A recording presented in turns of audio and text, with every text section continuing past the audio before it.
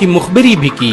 मुसलमानों ने ही अंग्रेजों के खिलाफ सबसे पहले हथियार उठाए। 1772 में शाह अब्दुल अजीज ने अंग्रेजों के खिलाफ फतवा देते हुए ऐलान किया कि अंग्रेजों की गुलामी हराम है और हर मुसलमान पर फर्ज है कि वो अपने मुल्क और देश की आजादी के लिए खुद को कुर्बान कर दे।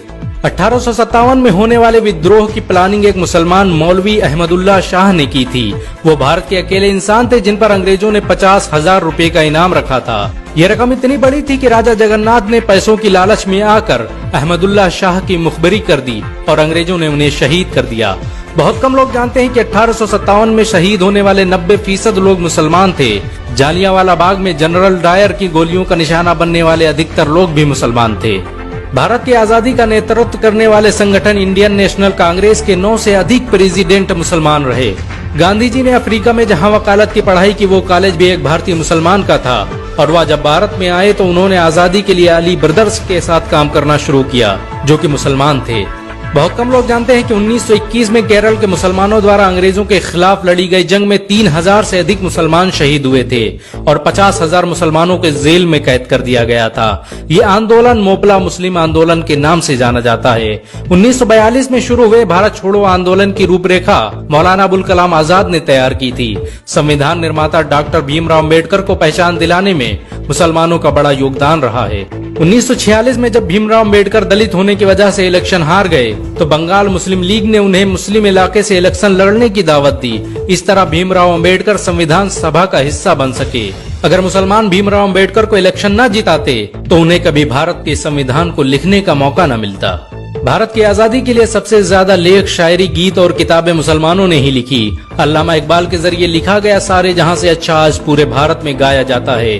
आपको ये जानकर शायद हैरानी होगी कि देश के लिए शहीद होने वाला पहला पत्रकार मौलाना मीर बाकर एक मुसलमान था। भारत की आजादी के लिए मुस्लिम राजाओं और महाराजाओं ने अपने खजाने खोल दिए।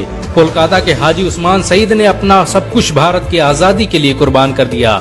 हाजी उस्मान की अमीरी का अंदाजा इसी बात से लगाया जा सकता है कि 1920 तक कोलकाता में बनने वाला हर स्कूल और हर बड़ी बिल्डिंग उन्हीं की थी। कोलकाता के पहले सुपर स्टोर कैश बाजार की बुनियाद हाजी सईद ने ही रखी थी, लेकिन बाद में उन्होंने अपनी सारी दौलत देश को दान कर दी और खुद एक किराए के घर में रहने लगे।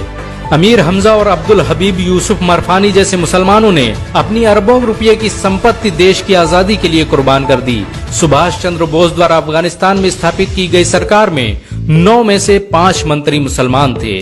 भारत की आजादी के लिए देश भर में मौजूद मस्जिदों को किलों की तरह इस्तेमाल किया गया।